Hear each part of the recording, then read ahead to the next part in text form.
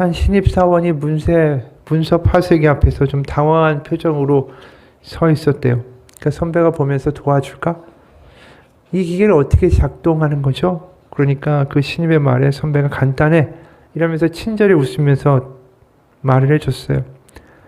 그 다음에 그 말을 마치고 후배의 손에 들린 두꺼운 서류 뭉치를 가져다가 직접 그 문서 파쇄기 안에다 넣었습니다.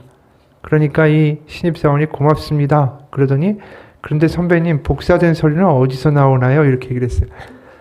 문서 파쇄기가 복사기인 줄 알고 그 앞에 서 있었는데 도와준다고 다 파쇄해버린 거죠.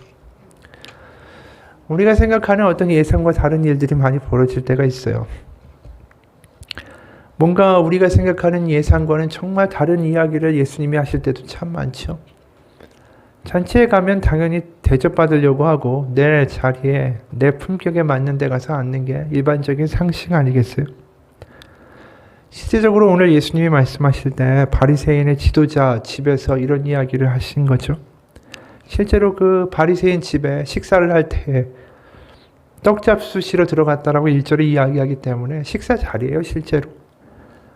바리새인이 어느 정도의 신분은 사회적 지위를 가지고 있을 거고 그럴 때 사람들이 서로 상석에 앉으려고 하는 걸 예수님이 직접 보시면서 오늘 7절 이후에 이야기를 하신 거예요.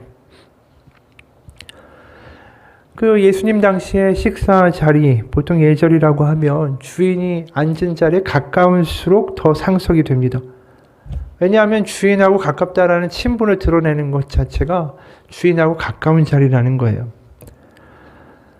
그리고 반대로 말하면 또 높은 지위를 가졌기 때문에 주인이 또 가까이 하려고 그를 자기와 가까운 자리에다가 담소를 나누려고 앉게 한다라는 뜻도 될 것입니다. 그러니까 내가 좀 사회에서 지위가 되고 자리가 되고 또 저 사람에게 내가 어느 정도 대접을 받아야 되겠다라는 생각이 있으니까 상석으로 가서 앉으려고 하는 거죠. 근데 이제 그걸 보면서 예수님이 엉뚱한 말씀을 하시는 거예요. 8절 9절 세 번역이에요. 네가 혼인잔치에 초대를 받거든 윗자리에 앉지 말아라. 혹시 손님들 가운데서 너보다 더 귀한 사람이 초대를 받았을 경우에 너와 그를 초대한 사람이 와서 너더러 이분에게 자리를 내드리시오 하고 말할지도 모른다. 그때 너는 부끄러워하면서 맨 끝자리로 내려앉게 될 것이다. 그러면서 하시는 말씀이 애초부터 말석 끝자리를 차지하라. 그렇게 애초부터 끝자리를 차지하고 있으면 오히려 주인이 와서 버시요 그렇게 끝자리에 앉지 말고 바로 상석으로 올라 앉으십시오 라는 이야기를 들을 수 있기 때문이다라는 거죠. 근데 이건 이제 사실 예수님의 이야기지만 일반적인 상식으로 세상 살아가는 방식으로 저울질을 하다 보면 이게 말이 안 되는 이야기예요. 누구나 다 더 높은 자리에 앉고 싶어 하는 거는 뭐 잔치에 혼인잔치에 좌석 배열이든 그거와 상관없이 사회적인 자리도 마찬가지 아니겠어요? 사실은 말석을 차지할 때 가장 큰 위험이 뭐냐 하면 자기가 생각할 때 나보다 못한 인간이 나보다 더 높은 자리에 주인하고 더 가까운 데 앉는 거 이게 가장 괴로운 거예요. 사실 말석에 앉았는데 자기가 생각할 때도 나보다 더 나은 사람들이 앞에 앉아있다. 그럼 그게 뭐가 마음이 그러겠어요. 애초에 문제거리가 안 되죠. 근데 가장 큰 문제는 자기가 생각할 때 나보다 못하다는 사람이 주인에게 더 가까운 쪽에 앉는 그 위험을 자기가 감당할 수가 없는 거예요. 기분이 나쁘죠. 야, 내가 어떻게 저 사람한테 이런 취급을 받고 저 사람보다 하단에 말석에 앉게 될 수가 있냐. 이게 사실 인간에게 있어서는 가장 어려운 문제예요. 순간순간 우리는 질투와 저울질을 하기 때문이죠. 한 수도사가 허업을 판 사막에서 영성순환을 위해서 금식 기도를 하고 있었습니다. 근데 그 광경을 보던 마귀가 어떻게 해서라든지 이 사람을 유혹해서 기도를 방해해야 되겠다라고 마음을 먹었대요. 마귀가 먼저 아주 맛난 음식으로 이 수도사 배고픈 사람을 유혹했습니다. 근데 수도사가 끄떡도 안 하는 거예요. 그 다음에는 의심을 집어넣고 공포를 주고 유혹을 막 불태우고 물질과 명예를 주겠다라고 막 꼬드기는데 이 기도로 무장된 수도사의 이 결심을 끊을 수가 없는 겁니다. 이 마귀가 아주 약이 오를 대로 올라가지고 최후의 수단으로 수도사에게 이렇게 말했어요. 방금 당신 동생이 글쎄 당신네 교구에 주교 대빵이 됐다고 하더군. 이 말을 들은 수도사의 얼굴이 금세 울그락불그락해지더니 마음을 안정시킬 수가 없는 거예요. 마귀의 질투 유혹이 그대로 먹힌 거죠. 그러니까 우리가 근본적으로 하나님을 믿으면서도 그래요. 교회에서 직분을 얻으면서도 그래요. 야, 저 사람이 권사하고 저 사람이 장로면 내가 장로되고 내가 권사되는 게 낫고 내가 집사가 낫고 내가 믿음으로 보나 뭘로 보나 저 사람보다 나은데, 여러 가지로 이런 저울질을 하는 게 우리의 습관 가운데 근본적으로 들어있다는 거죠. 그러니까 말 속에 앉으라는 거 그냥 겸손하게 행동해라, 겸양 있게 행동해라, 작은 자가 큰 자가 된다, 뭐 이런 식의 이야기를 하고 싶어 하시는 게 아니에요. 결론적으로 우리의 삶 가운데 이 순간순간 하는 저울질을 멈추라는 거죠. 저울질을 멈추지 않으면 과감하게 말석을 차지할 수가 없어요. 나보다 못난 것 같은 사람이 앞에 앉아도 나 아무렇지도 않아야만 그게 가능한 거니까. 오늘 세 번역으로 12에서 14절에도 이런 말씀이 나와요. 네가 점심이나 만찬을 베풀 때 네 친구나 네 형제나 네 친척이나 부유한 이웃 사람들을 부르지 말아라. 네가 그러한 사람들을 초대하면 그들도 너를 도로 초대하여 너에게 되갚아 은공이 없어질 것이다. 잔치를 베풀 때에는 가난한 사람들과 지체장애자들과 다리 저는 사람들과 눈먼 사람들을 불러라. 그러면 네가 복될 것이다. 그들이 너에게 갚을 수 없기 때문이다. 의인들이 부활할 때에 하나님께서 너에게 갚아 주실 것이다. 이 이야기도 뭐 약한 사람들한테 잘해라. 하나님이 나중에 갚아 주실 테니까 나중에 천국에서 큰 그 하나님의 보상이 있으니까 네가 그 어려운 사람들을 돌봐라. 뭐 이런 식의 이야기라고 우리가 교훈적으로 받아들이기가 쉬운데, 사실은 이것도 마찬가지 맥락이에요. 계속해서. 우리가 누군가 잔치를 벌이고 초대한다면 나하고 비슷한 사람들하고 어울리고 싶어하는 게 우리의 본성이에요. 내 수준 정도 되고 내 사회적 지위가 되고 내 경제적 어떤 수준이 되고 내가 알고 있는 학식만큼 되는 사람들을 불러서 어울리고 그렇게 교제하고 싶지, 전혀 자신의 출세와 세상살이에 도움이 안 되는 사람들을 초대하다가 만찬을 베풀고, 이게 가능한 이야기인가라는 거죠. 실제로 이 만찬이나 식사를 베풀 때 가장 사람들이 그 당시에 떠올리는 건 뭐냐 하면 이 후견인과 피후견인이라는 그 당시에 로마 시대의 근간을 이루는 제도예요. 그러니까 로마 시대를 살아가려면 다 피후견인, 후견인의 관계가 있어야 돼요. 그러니까 후견인이라고 말하면 뭐냐면 나를 돌보아주는 백이에요. 일종의 백. 피후견인은 그 백에게 도움을 받는 나가 되는 거죠. 그러니까 지금으로 보면 뭐 같은 고향, 지연, 학연, 혈연 뭐 이런 관계들이라고나 할 수 있겠죠. 그러니까 누군가 뒷배가 있어야 되는 거예요. 다 그 당시 사회를 살아가려면 주로 귀족이죠. 올라온 귀족. 그리고 그 귀족에게 속해 있는 나는 그 사람의 도움을 받아서 장사에도 도움을 받고 또 인맥도 그 사람이 소개시켜주면 누구한테 가서 어떤 일도 잘 풀릴 수 있게 해주고, 반대로 나는 그 후견인 백한테 그 사람이 뭐 그 도시에서 출마를 나간다. 그러면 그 사람을 찍어주고 선거운동을 하고 여러 가지 그 사람의 명예와 그 사람의 어떤 사회적 지위를 높이는데 아주 도움되는 일들을 많이 해야 돼요. 사람들한테 저 사람이 얼마나 훌륭한지 광고도 해야 되고. 그런 관계들이 다 사회의 피라미드를 이루고 있었던 거예요. 밑에 있는 사람은 윗사람에게, 또 윗사람은 그 윗사람에게. 그래서 그 후견인 백의 가장 마지막 정점에는 바로 황제가 있었던 거죠. 그러니까 거꾸로 말하면 귀족인데 자신의 그 세력을 과시하는 데 있어서 가장 중요한 게 뭐였냐면 재산이 아니라 내가 얼마만큼의 피후견인들을 거느리고 있는가, 내가 얼마만큼의 영향력을 흔들 수 있는가, 그거죠. 최근에 어떤 정치인이 무슨 버스 몇십 대를 동원해서 뭐 유세를 했다고 하는 그런 거예요.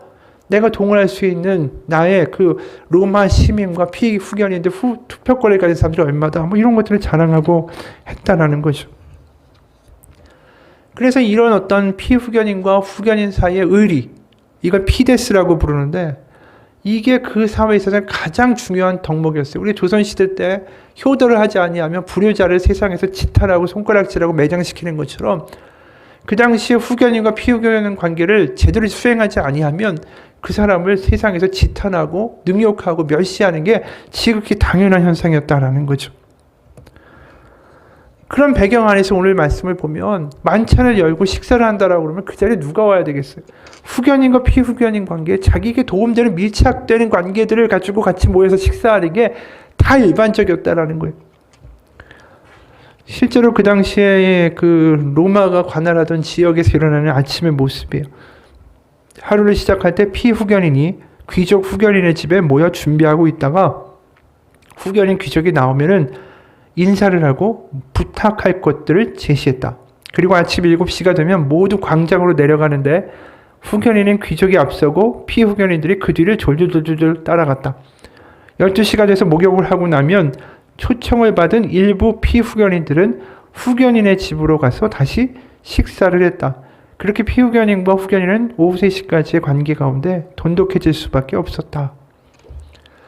그러니까 지금 바리새인 이 식탁도 그렇고 예수님이 말씀하시는 만찬, 그러면 그 이야기를 딱 들으면 사람들이 뭘 연상하냐면 야, 이거 유유상종의 모습이 드러나겠구나. 비슷한 사람들, 서로 상부상조하는 관계들이 모여서 식사하겠구나. 그 당시 전형적인 어떤 만찬의 장면을 머릿속에 연상할 수밖에 없는 거죠. 그런데 지금 그 잔치의 만찬에 부르는 사람이 연줄이 되고 백이 되고 도움이 되는 사람이 아니라 지금 뭐라고 말씀하세요? 가난한 사람들, 지체장애자들, 다리 저는 사람들, 눈먼 사람들을 부르라는 거예요. 지금 세상에 저울질하는 그러한 삶에서 벗어나야 되는 거죠. 그러니까 우리가 순간순간 누구하고 비교를 하면서 내가 저 사람보다 낫다 이런 생각들을 가지고 사는 거나 저 사람이 나하고 비슷하니까 내가 저 사람하고는 상종하고 사귀고 대접하고 서로 간에 상부상조해야 되고 이게 순간적으로 다 저울질하는 거잖아요. 우리가 이런 저울질을 하는 게 아주 몸속 깊은 곳에 뿌리 박혀 있어요. 저 사람하고는 어울려도 별로 도움이 안 되겠네. 저 사람하고는 친해야게 지내야겠네. 이런 저울질을 하는 삶을 멈추지 않으면 오늘 예수님이 말씀하시는 이 일들은 다 할 수가 없어요. 저울질을 멈출 때만 가난한 이들, 지체장애인들, 장님들, 다리를 저는 사람들을 불러서 당신은 나하고 형제라고 말할 수 있는 거지. 그리고 절대로 그 사람들이 나에게 갚을 수 없는데도 주면서도 그 일을 할 수 있는 건 저울질을 완전히 멈춘 사람만 할 수 있는 특권이다라는 것이. 그래서 오늘 예수님 말씀하시는 건 궁극적으로 이겁니다. 주파나를 튕기고 저울질하면서 인간관계를 만들어가는 세상의 일반적인 모습들을 완전히 뒤집어 엎으시고 계시다라는 것입니다. 말석에 앉으라. 가난한 사람들, 세상 가운데 버려진 사람들을 대접하고 그들과 어울리라. 우리의 본성과 반대되는 거죠. 그렇게 만약에 살아가면 세상에서는 바보 소리 들을지도 모릅니다. 저건 지 것도 제대로 못 찾아 먹네. 아니 저 빽 있는 사람하고 어울리면 참 사업에 도움이 되고 나중에 두고두고 여러 가지로 이득을 얻을 텐데 그 시간에 뭐 저런 사람들 도움 하나도 안 되는 사람들하고 어울리고 저러고 있어. 세상에서는 이해가 안 가고 손해보는 일이죠. 일본인 남편과 결혼해서 일본에 사는 한 한국 여성분이 있어요. 이분이 이런 얘기를 합니다. 한국 사람들을 보면 몇 년씩 연락이 없다가 갑자기 또 나를 찾는 경우가 꽤 있다. 나도 처음에는 의문이었다. 하지만 그 의문은 금방 풀린다. 한국 사람들은 일본인들과 달리 사람을 사귀면 깊이 사귄다. 그러면서 모든 걸 다 오픈해버리면서 신랑 이야기, 시댁 이야기, 아이 이야기, 심지어는 경제적인 이야기까지 다 해버리는 경우가 많다. 그런데 아이러니한 건 그렇게 말하면서 겉으로는 친한 것 같은데 거기서 오히려 보이지 않는 경쟁심이 발동한다. 이 집 시댁은 이렇게 해주는데 우리는 저렇다. 저 집 남편 수입이 자기 집보다 적은 것 같으니 은근 무시하기도 하고 이 집 애들은 어떻고 저 집 애들은 저렇고 심지어 한국 시댁이 잘 사는지 못 사는지 그런 것들도 서로 경쟁하기도 하고 그러면서 은근히 무시하기도 하고 그러다 보니까 자기를 꾸며야 되고 그러다 보니 거짓말도 하게 되고 내가 이 말을 믿어야 되나 말아야 되나 했던 게 바로 한국 지인의 친정 자랑이었다. 친정이 돈이 아주 많고 아버지가 사회에 기부를 하도 많이 하셔서 모 지역의 한 공원에 아버지의 동상이 세워졌다라고 말한다. 잘은 모르겠지만 얼마나 기부를 해야 살아있는 사람의 동상이 과연 세워질 수 있을까? 뭐 동상이 있건 없건 나와는 상관없는 이야기지만 이런 자랑까지 하는 언니도 있었다. 그러다 보니까 처음에는 그렇게 뭉쳐다니며 사이좋게 지내다가도 언제부턴가 한국 언니들 사이에 경쟁과 시기와 질투가 생기게 되고 결국 비교 대상이 아닌 일본 남편을 둔 나를 다시 찾아오는 것이다. 나 일본인과 결혼했으니 자기들과는 사정이 다르다. 비교의 같은 범주가 아니라고 생각하기 때문일 것이다. 이게 단편적인 것 같지만 너무나도 우리 세상 살아가는 사람들의 모습을 보여주는 것 같아요. 우리가 이 저울질을 하면서 가장 많이 겪는 감정이 뭔지 아세요? 불평이에요, 불평. 저울질을 하면 자꾸만 불만이 생겨요. 감사가 나오지 않아요. 저울질 하면서 남 부럽고 자꾸만 질투나고 불평하고 내 신세 보면서 한탄 나오고 그게 다 자연스럽게 흘러가는 감정의 흐름입니다. 그러니까 불평하지 말아라. 감사해라. 질투하지 말아라. 이렇게 이야기할 게 아니라 애초에 근본적인 핵심의 문제를 지금 예수님이 하시는 거예요. 애초에 저울질을 하지 말라는 거예요.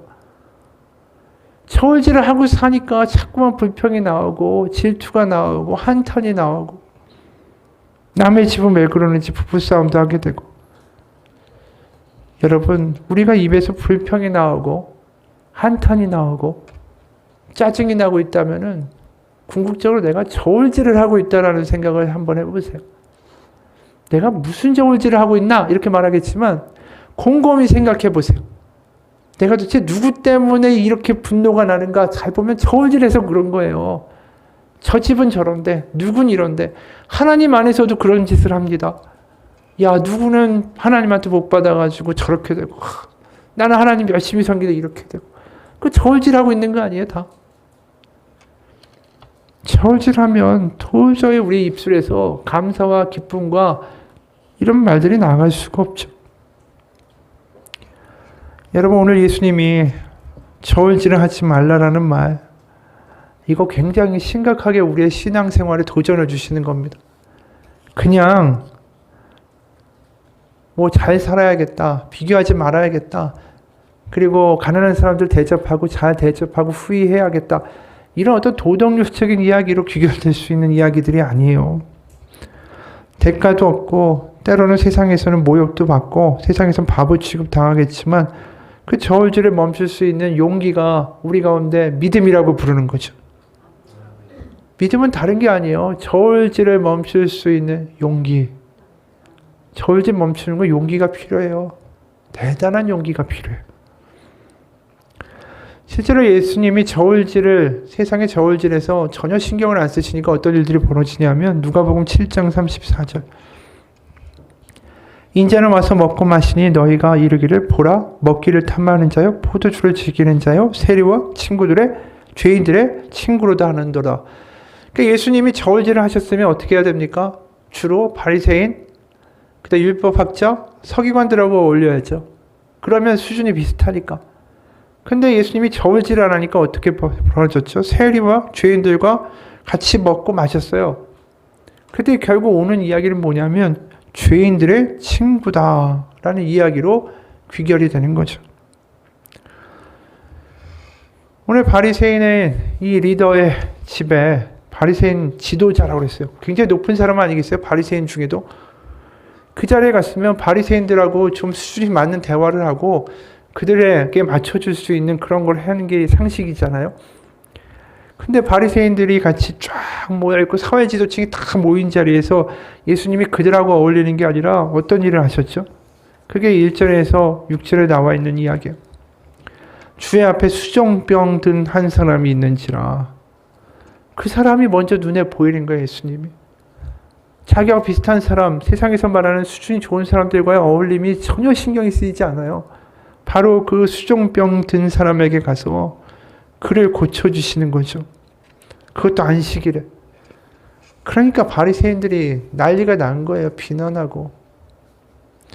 세상의 기준에서 보면 우리가 생각하는 저울질에서 보면 예수님이 자신의 사역에 하나도 도움 안 되는 일을 하신 거죠. 정만 만들었잖아요.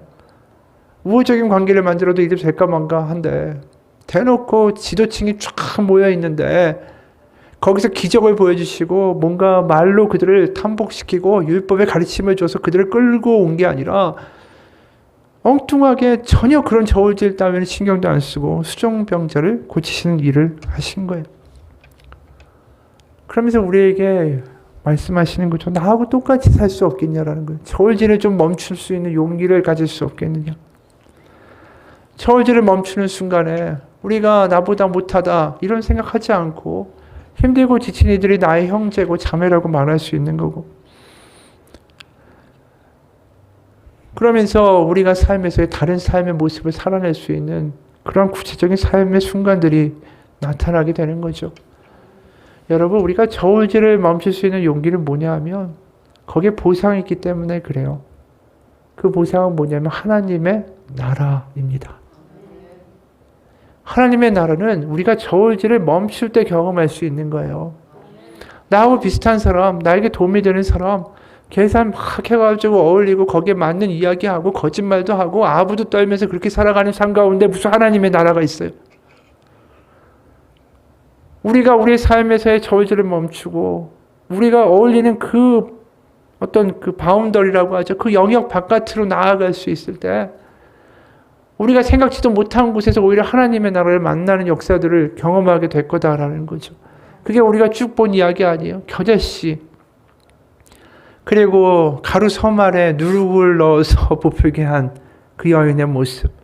세상에서 부정하고 별 볼 일 없고 아무 관심이 없는 곳에서 하나님의 나라가 시작되고 있다. 너희가 생각지도 못한 곳에서 하나님의 임재가 있다. 하나님의 역사가 있다. 하나님의 통치가 일어나고 있다. 그 이야기를 예수님이 계속 해오신 거 아니에요? 여러분, 저울질을 멈추고 삶에서 다른 우리의 늘 똑같은 영역 안에서 똑같은 말을 하고 똑같은 사람을 만나고 똑같은 대화를 하고 똑같은 생각만 하면서 사는 삶에서 한번 벗어나 보세요. 그럴 때 거기서 예기치 않은 하나님이 주시는 만남과 하나님의 나라를 경험할 수 있게 됩니다. 그래서 11절부터 14절에 이런 말씀 하시는 거 아니에요? 무릇 자기를 높이는 자는 낮아지고 자기를 낮추는 자는 높아지리라. 네가 예상하지 못한 곳에서 하나님의 나라를 만나게 될 것이다. 이 이야기예요. 14절. 그리하면 그들이 갚을 것이 없으므로 네게 복이 되리니 이는 의인들의 부활 시에 네가 갚음을 받겠음이라 하시더라. 이 의인들의 부활이라는 말이 미래에 있는 이야기 같잖아요. 근데 사실 하나님의 나라는 너희 가운데 이미 임하였느니라고 예수님이 말씀하셨어요. 그러니까 우리가 우리의 정해지고 매일 똑같은 말과 똑같은 생각과 똑같은 반응과 똑같은 저울질하는 삶에서 벗어나서 이제 그 바깥으로 나아가 보세요. 그리고 그곳에서 하나님이 역사하시는 것들을 경험해 보기를 원합니다. 그럼 우리가 야, 이게 하나님의 나라구나. 내가 이렇게 살지 않아도 되는구나. 맨날 저울질하고 비교하고 거기서 비슷하게 어떻게든 해보려고 하는 삶이 아니라 다르게 살 때에 거기서 역사하시는 하나님을 경험하게 되는구나. 그걸 경험하게 되면 그 다음부터는 우리는 세상을 따라갈 필요가 없다는 걸 알게 돼요. 진짜를 맛볼 수 있기 때문이죠. 우리가 어떻게 하는지 아십니까? 맨날 똑같은 데 앉아가지고 똑같은 말을 하고요. 똑같은 기도를 하고 다른 사람이 원하는 것과 똑같은 것을 하나님께 얻기를 구해요. 그러면서 나도 저 사람하고 비슷한 수준이 될 수 있게 해달라고 기도한다고. 우리가 아파트가 저 사람이 좋으니까 나도 저게 살게 해달라고 그런 기도하는 게 그게 기도겠어요? 그러면 하나님의 나라를 맛볼 수 있을까요? 저 사람이 가진 직장을 나도 갖게 해달라고 그런 기도하는 거 맨날 저울질하면서 하나님 앞에서 기도하는 거잖아요. 저울질을 멈추고 기도하면 기도가 달라진다고요. 내가 하는 기도가 정말 저울질하기 때문에 나오는 기도가 아닌지 한번 생각해 보세요. 내가 저울질을 멈추면 어떤 기도를 할 수 있을까? 내가 저울질을 멈추면 어떤 일을 할 수 있을까? 내가 주판을 튕기고 계산하지 않으면 어떻게 오늘 하루를 한번 살아내볼 수 있을까? 그러면서 하나님을 경험하는 그런 삶의 순간들이 있기를 축원합니다. 그래서 세상의 말석의 자리에 앉아보라. 그럼 그곳에서 하나님의 나라를 경험하게 될 것이다. 그 이야기를 하시는 거죠. 미국에서 88번째로 갑부였던 한국분이 있대요. 이분이 선교를 갔다 와서 이런 간증을 합니다. 선교를 다녀와서 이전에 사랑했던 것들을 다 버렸다. 가장 내가 사랑했던 게 뭐였는가 해봤더니 돈이었다. 그래서 돈을 모으기보다는 드리기 시작했고 그 다음부터는 내 수입의 10분의 1로 살았다. 아이들에게 사주고 싶은 거 안 사주고 냉장고도 텅텅 비었지만 돈의 노예가 되지 않겠다. 결심했다. 그리고 그분이 말해요. 아내도 화장 한 번 안 하고 명품 가방 하나 없다. 한 번은 아내가 단기 선교 갔다가 인천공항에서 이를 닦고 세수하고 세면대에 흐름물을 닦고 있는데 옆에 젊은 여자가 아줌마 여기도 닦아주세요 라고 했단다. 아마 공항 청소부로 안 모양이다. 그 정도로 소박하다. 뭐가 성공이고 뭐가 부자인지는 잘 모르지만 내가 하나님을 사랑하고 우리를 사랑하시는 하나님을 사랑하자는 말을 나는 늘 하고 싶을 뿐이다. 미국에서 88번째의 부자 한국 사람. 이분이 공항에서 공항 청소부라는 이야기를 들어도 괜찮은 이유는 뭘까요? 하나님의 나라를 경험했기 때문이죠. 맨날 비슷한 나와 수준이 같은 부자들과 어울리고 같이 골프 치러 다니고 같이 맛있는 거 먹으러 다니고 같이 교회 안에서도 그런 사람들하고 어울리면서 난 다르다라고 살았다면 공항에서 청소부라고 불려도 나 하나도 아무렇지 않아요. 나 기쁠 뿐이에요 라고 말할 수 있는 그 대단한 뭔가가 경험될 수 있었을까요? 저울질을 멈추고 하나님 안에서 나가는 사람들에게는 하나님의 은혜가 임하게 될 수밖에 없어요. 하나님의 아들 예수님이 그 일을 그렇게 하셨으니까. 이 땅에 오시면서 예수님이 저울질 하셨으면 아니 어떻게 내가 저런 피조물의 열악한 인간들과 같은 인간으로 이 땅에 태어나서 살 수가 있습니까? 내가 어떻게 저런 세리와 죄인들하고 같이 밥을 먹을 수가 있습니까? 예수님이야말로 저울질 하려면 얼마든지 하실 수 있는 분 아니겠어요?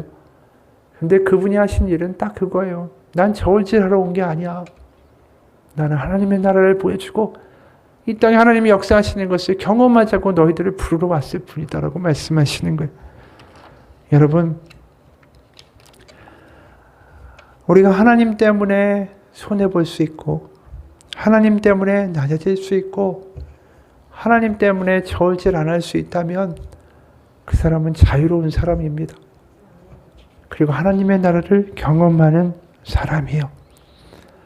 우리가 요새 살면서 정말 힘들고 경제적으로 너무 지치고 매일매일이 똑같고 매일매일이 지루하고 매일매일이 아무 삶의 어떤 기쁨이 없다. 그렇다면 저는 도전하고 싶어요. 저울질하는 것을 멈추고 계산하는 거 멈추고 하나님이 말씀하시는 대로 한번 살아보세요. 오히려 손해볼 생각도 해보시고 하나님 안에서 과감하게 하나님의 복음도 전해보시고 나하고 비슷한 사람이 아니라 좀 다른 사람 같아도 가서 말도 걸어보시고 그러면서 하나님의 살아계심을 경험할 수 있기를 원합니다. 매일 내 자리에 앉아서 하나님 나한테 은혜만 내 자리에서 달라고 하지 말고 내 앉아있는 자리에서 벌떡 일어나서 하나님의 나라가 있는 곳으로 한번 가보세요. 내 자리에서 내 영역에서 맨날 내 영역만 지켜달라고 나 안전하게 해달라고 내 주변에 커다란 성벽을 쌓아서 아무런 적과 외침이 없게 해달라고 내 자리만 지키려고 하지 말고 한번 그 자리에서 벗어나서 과감히 한번 하나님의 뜻대로 도전해보고 나아가보고 만나보고 그때 하나님을 경험하면서 야 하나님이 정말 크신 분이다라는 것을 경험할 수 있고 살아계신 분이다라는 것을 간증할 수 있는 우리의 삶이 되기를 주님의 이름으로 축원합니다. 기도하겠습니다. 하나님, 저울질만 하다가 우리의 인생을 끝내는 불쌍하고 답답한 우리가 되지 않기 원합니다. 어느 순간 저울질하면서 남들만큼만 하게 해달라고 어느 순간 기도하고 있는 나의 모습도 멈추기 원합니다.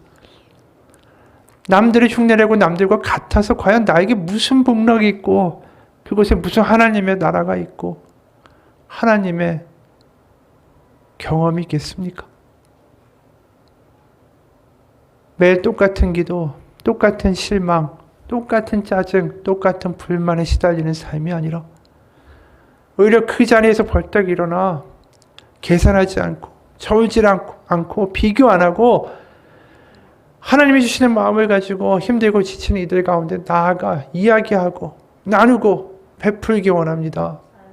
베드로가 나에게 은과 금은 없지만 내게 있는 것으로 너에게 주노니 나사렛 예수 그리스도의 이름으로 일어나 걸으라라고 말할 때에 그에게 나타난 놀라운 역사들이 우리의 삶 가운데도 일어나기 원합니다. 이제 자리에 앉아서 불평만 하고 비교만 하고 저울질만 하고 주판알만 튀기는 삶이 아니라 하루하루 가슴 뛰는 삶, 하나님 가운데 하나님의 나라를 맛보는 삶을 살아가는 우리의 삶이 되게 하여 주옵소서. 예수님 이름 받들어 기도합니다. 아멘.